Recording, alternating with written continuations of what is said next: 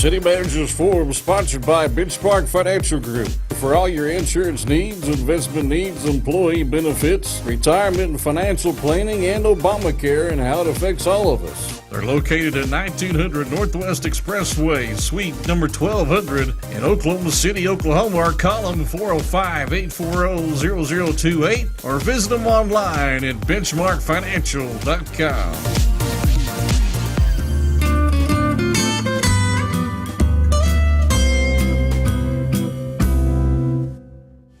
Thank you for joining me for this month's edition of the City Managers Forum. I'm Serena Breland, the City Manager of Guthrie. Today we'll be talking to Justin Fortney about the Touch the Trucks event happening on April 14th at the Logan County Fairgrounds. Following that, we'll talk to Cody Mosley about upcoming businesses and our future Gentlemen of the Road tour in September. Also, 89ers event is this April, and we'll get to talk to Steve Gentling about those events. But before we do all that, let's you and I discover Guthrie.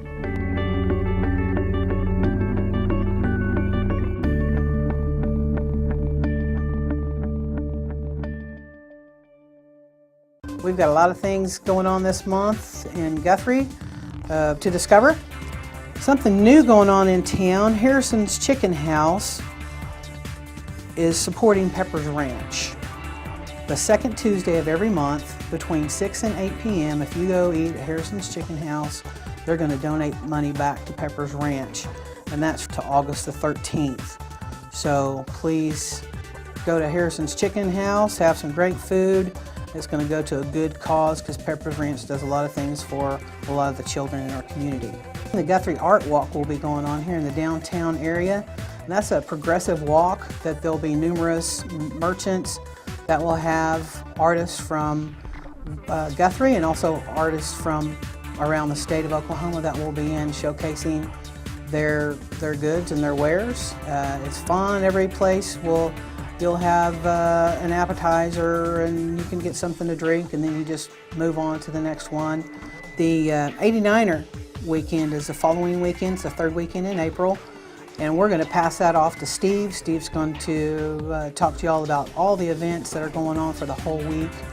A lot of really great things, a lot of new things going on, from car shows to concert in the park on Sunday. So we'll pass that off to Steve. I'm the chairman of the 89er committee this year, and I'm here to bring you a little bit up to date on what's happening with 89er Celebration Week. And we have got a great agenda of things that are going on.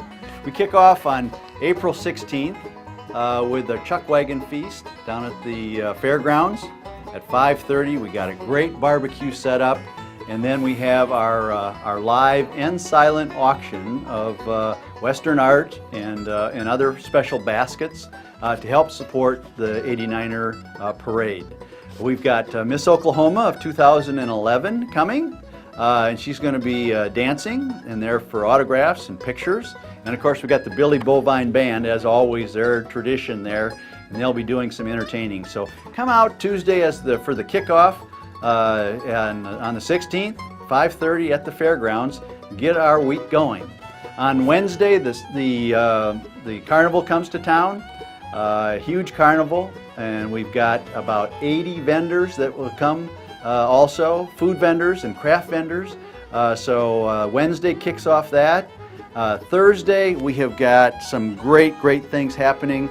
We got a baseball game for both the youth and the seniors. We've got a youth baseball team, all-stars from Guthrie, challenging a youth baseball team from Edmond, kicking off at Squires Field at 5 o'clock. Come and cheer those young boys on. And then at 6 o'clock, we have the traditional old-timer game. Now, not all of them are old-timers, but they're in old-timer garb and using old-timer baseball equipment, and it's just a lot of fun. Come and see if the mayor's going to continue to be undefeated as the coach of the winning team. So that's going on Thursday as well. At the same time, at 5 o'clock at the post office corner, the Guthrie High School Jazz Band is putting on a free concert for about an hour. So if you're not at the ball game, come to the free jazz concert at the post office corner there and have a great time. On Friday, we have got wheels, wheels, and more wheels. We've got big wheels, which are the little tricycles. For youngsters, I think we're probably going to be 7 and under, going to be having a big wheel race right through the middle of Guthrie. And that's kicking off at 5 o'clock. And then as a segment to Wheels, Wheels, and Wheels, we have got over 200 classic cars coming in as a part of the Geezers and Gassers program. 6 o'clock Friday, all up and down Oklahoma Avenue. We're going to have over 200 classic cars. Come out, take a look at them, enjoy them. That's another freebie that's going on.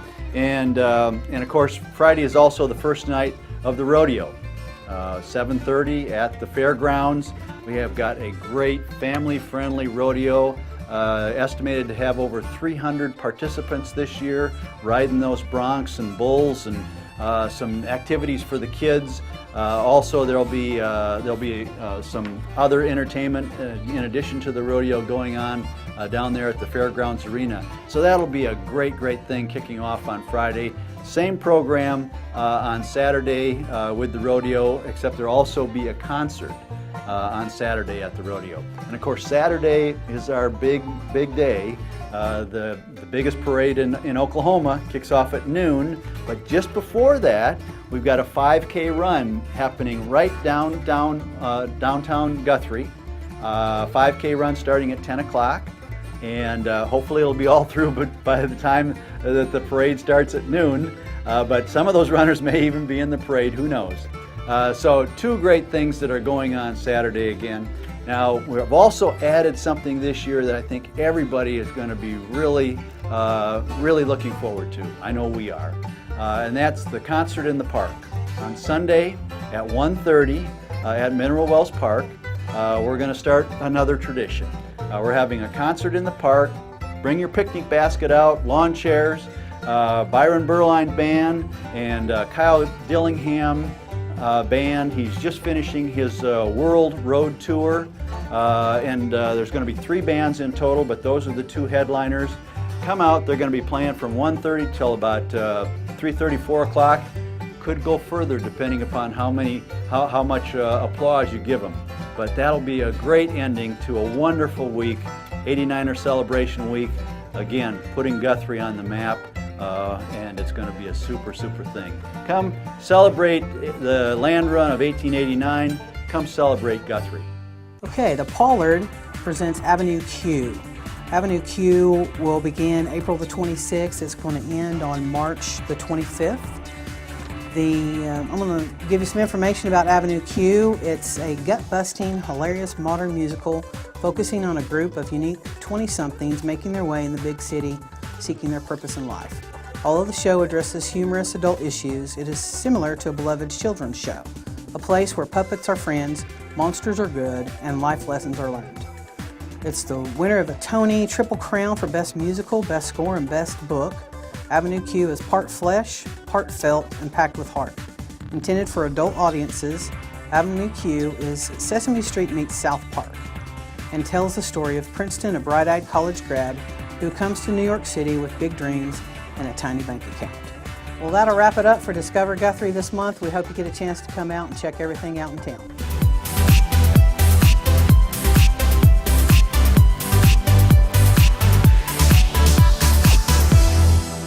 Hi, I'm Cody Mosley, Director of Economic Development and Marketing for the City of Guthrie, and I'm here today to talk about all the new events that are happening in town. We've got Mumford & Son, and we've got plenty of businesses coming into town, and we're going to talk about that today.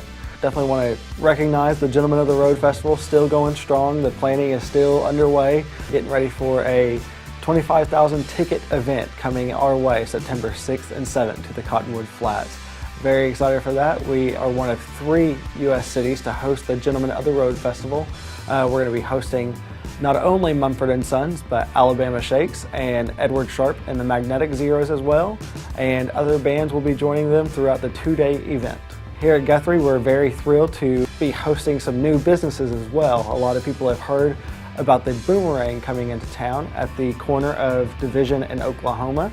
And Boomerang is a Oklahoma-owned company, and we're very thrilled to have them. This is close to their 30th location, and Guthrie is certainly thrilled to host them. Also, Billy Sims is coming into town, and they'll be located at the old Cherryberry location. We're also excited that Energy Force is hosting a FedEx. The guys over at Energy Force, James Long and Phil Nichols, have brought that Guthrie business in, and we're certainly thrilled for that opportunity to be in our town as well.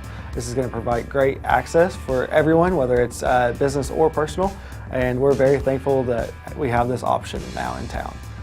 And if you haven't seen Guthrie's new Business Spotlight, go to the City of Guthrie's Facebook page. Check it out. We got to spotlight 2 new Guthrie businesses in Hoboken Coffee Roasters and Prairie Gothic. This is going to be a great segment for everyone to enjoy and get to know what we have to offer in Guthrie. It's going to be a great educational piece too. For more information, check out next month's City Managers Forum.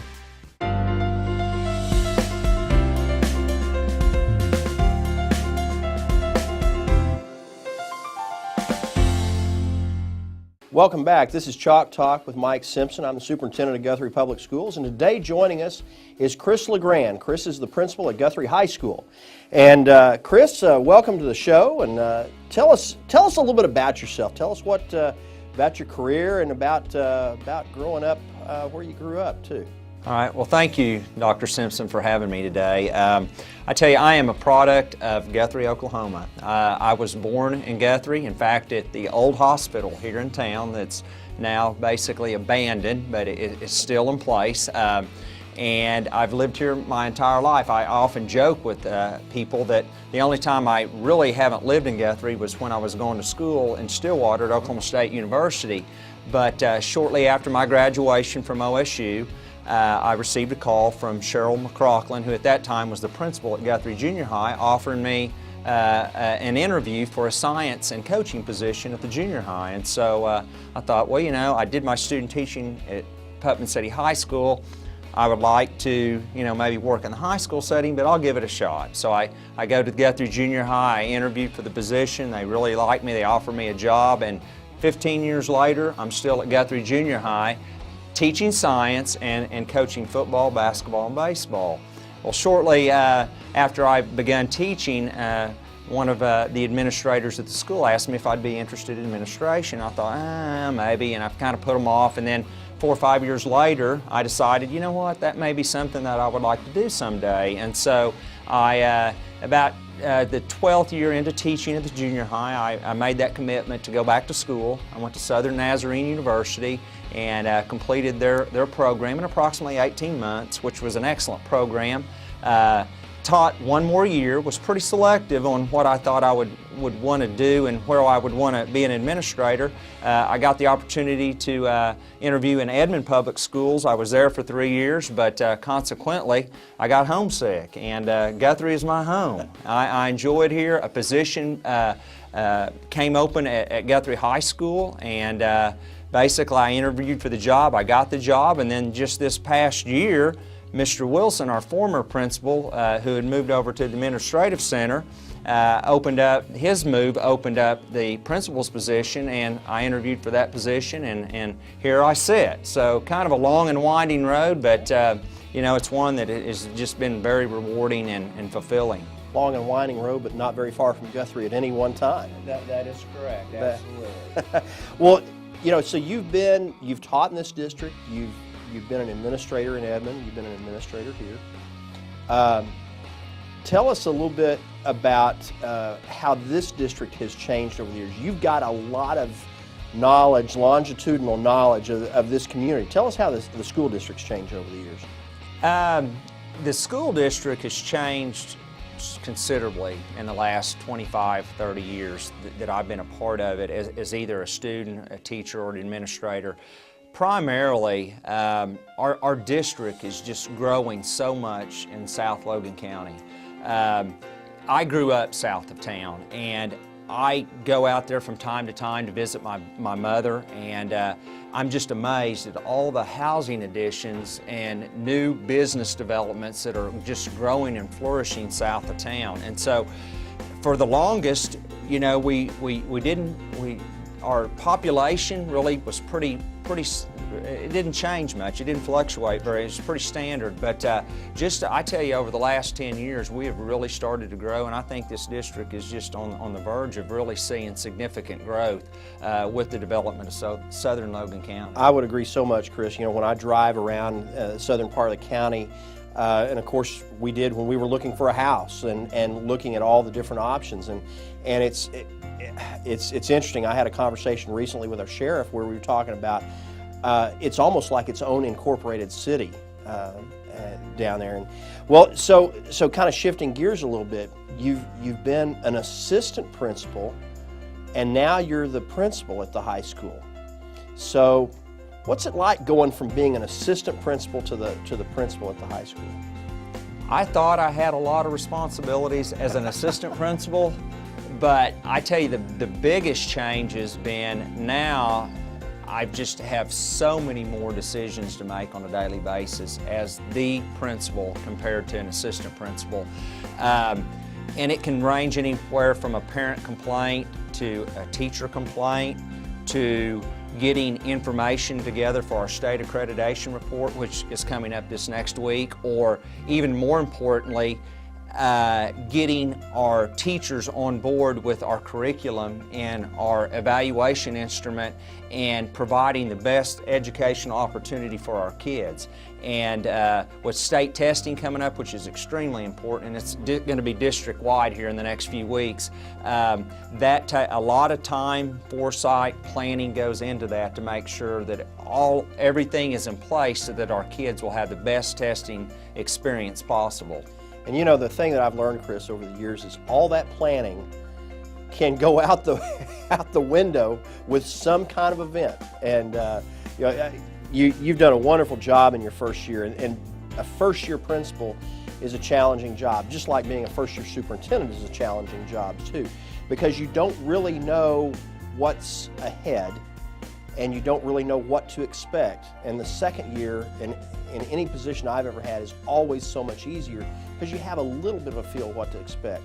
You had a little bit of a built-in bonus having been from here and had those, but with that also, because I've been an administrator in my hometown too, there's some challenges that come with that aren't there? There are. I would say primarily just dealing with situations with parents of students that I actually went to school with. I mean, it can be difficult because you have a vested interest, you have a relationship with the person, and sometimes you have to make decisions that are based on the best interest of your school and your student population rather than one particular student or parent or family. And it can be challenging and it's difficult sometimes when you just have to say, well, you know, I understand where you're coming from, but at this time, this is the decision that we have to make and this is the direction that we're going. So that can be challenging at times. Yeah, that's part of the fun of being the person in charge, isn't it? Where the buck stops with you. That's right. That's right. So tell me you've been in education, I guess, if I remember right, just as long as I have. Yes. In fact, we were may have been in freshman orientation together at OSU, going back way back. What do you see has changed in education since you've been in it? That's a great question. I tell you, probably the biggest change has been the effect of high stakes testing. We've always taken achievement tests, but they didn't have a label attached to them where if you didn't achieve at a certain level, you wouldn't be able to actually get a high school diploma and graduate. And especially speaking on the behalf of Guthrie High School, state law requires that our students pass 4 of the 7 into the instruction test. And if they don't pass at least 4 of the 7, and of the 4, 2 of them are required by every single person, and that's Algebra 1 and English 2. So they didn't have high stakes testing when you and I were in school. We had Iowa test of basic skills, and that's about the extent of it. Once you got out of junior high in 8th grade, that's the last test you took until you took your ACT or SAT when you were in getting prepared for college. So that has been a major change. I think too, as far as the classroom and instruction is concerned, teachers used to be just kind of the givers of information. You know, they stood at the front of the room in front of the chalkboard and presented the information, and you were expected to learn it. And I tell you, just in the last 10 years, 5 to 10 years specifically, teaching has changed a lot. You know, we expect our teachers to be the facilitators of that learning. We want the kids actively involved and engaged in the learning process, and I think more than anything, that's where education and teaching and curriculum has changed more than anything. Okay, going back to your teaching career, and if I remember right, somebody's told me that you were not only the Guthrie Teacher of the Year, but fill in the rest of that for us. Well, in 2002, I was actually elected, or selected, I should say, one of the 12 finalists for Oklahoma Teacher of the Year. And I tell you, that was, I still claim that was probably the highlight of my teaching career. Oklahoma is divided into 4 basically regions, and each region selects from your portfolio that you submit to the State Department of Education. They will select 3 individuals from each region, and I was one of the 3 chosen from the northwest part of Oklahoma. And I did not win that competition, but I like to tell people that the person that did win that year was a 8th grade science teacher from Tulsa Union. So even though this 8th grade science teacher didn't win it, at least a fellow science teacher was named Oklahoma Teacher of the Year. But it was a fascinating experience, probably as far as professional growth and reflection on my teaching styles and strategies. I think it just really made a difference and helped me to become even a better teacher at that point. Well, it speaks volumes when your peers will nominate you and put you up there, and then it speaks even higher volumes when you, with your writings and everything else, can get that kind of an honor. So obviously you understand what good instruction is. And so is there anything else you want to talk about that's going on at the high school? Well, one thing that I did want to mention is that we have actually changed the date of our baccalaureate services at Guthrie High School. Traditionally, they have been on a Sunday afternoon, and this year we've actually changed it from Sunday, which is Mother's Day, and that's when it was actually scheduled, to that Wednesday before graduation, which is May the 14th, and it's going to be at 5:30 at the First Christian Church on Noble Avenue. And one of the things that necessitated that change was that we had met with members of the Ministerial Alliance, and they are our partner in conducting that particular ceremony year in and year out.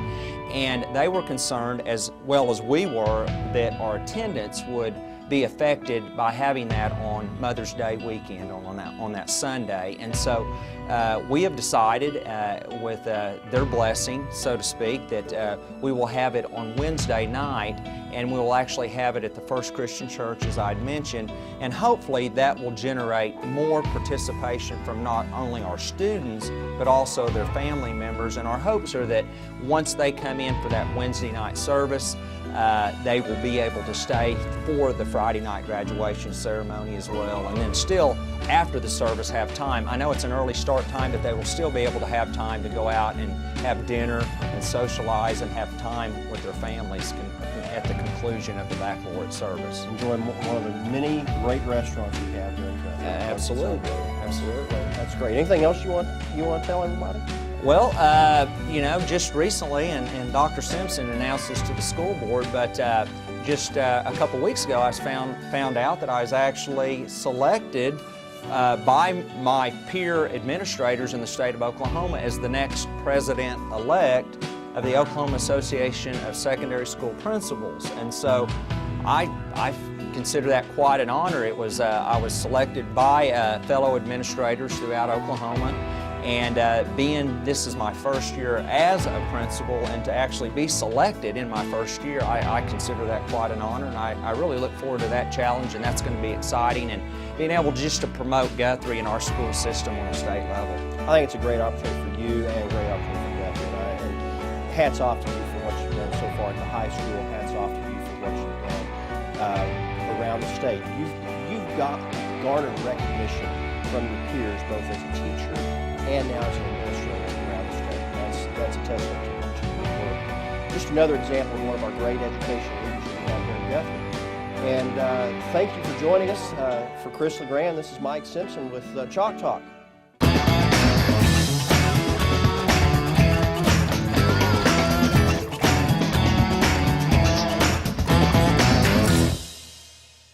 Welcome back to the City Managers Forum. Today I get to sit with Justin Fortney as he tells us a little bit about the Touch the Truck event coming to Logan County Fairgrounds on April 14th.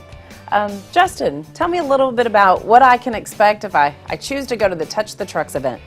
It's a super fun annual event we have every April, which is Child Abuse Prevention Month. And what Touch the Trucks is just a great time for kids to come out and to really just see and play with all these amazing vehicles, trucks, fire trucks, ambulances, police cars, everything down to the cool bicycles. It's a great time for the kids to have just fun, plus there's all kinds of resources available there at the fairgrounds for parents just to help them with the whole thing about being a parent these days. Wonderful. Will there be food there? Yes. Homeland has been generous enough to donate hot dogs for the event, so you can come and have a free hot dog. Wonderful. And tell me again what time it is? It's from 1 to 3, April 14th, which is a Sunday afternoon. Wonderful. What a great day to spend your afternoon on a Sunday. We do know that the city of Guthrie, we love food and we love vehicles. We sure do. We think it's a great idea. If there's anyone out in the community that could help support y'all in any way, what could they do to help support?